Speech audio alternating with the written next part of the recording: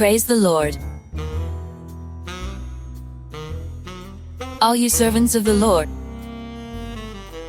who minister by night in the house of the Lord.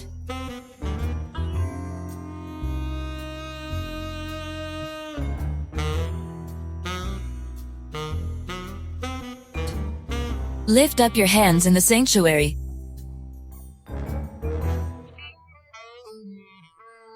And praise the Lord.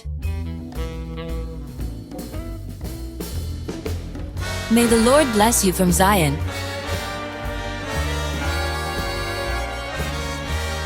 He who is the maker of heaven and earth.